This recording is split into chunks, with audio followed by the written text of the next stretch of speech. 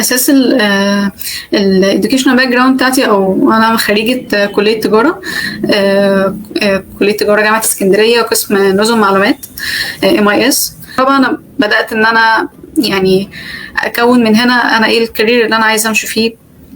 في حاجات كتير بدات ان انا اتشتت منها بصراحه. في الاول انا كنت مهتمه بشكل عام اي حاجه ريليتد بالانفورميشن تكنولوجي والكمبيوتر، كنت دايما انترستد فيها.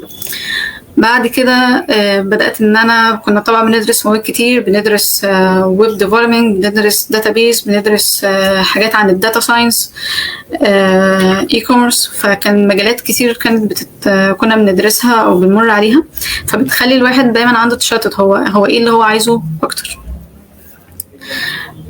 ففي آخر سنة من الكلية عملت لنا سكولرشيب، كان مكان بره او كانت زي اورجانيزيشن بتدي سكولرشيب للكليات فري. فكان السكولرشيب عن الداتا اناليسيس باستخدام الاكسل، وده كان اكتر حاجه خلتني ان انا ابدا اتعرف عن المجال.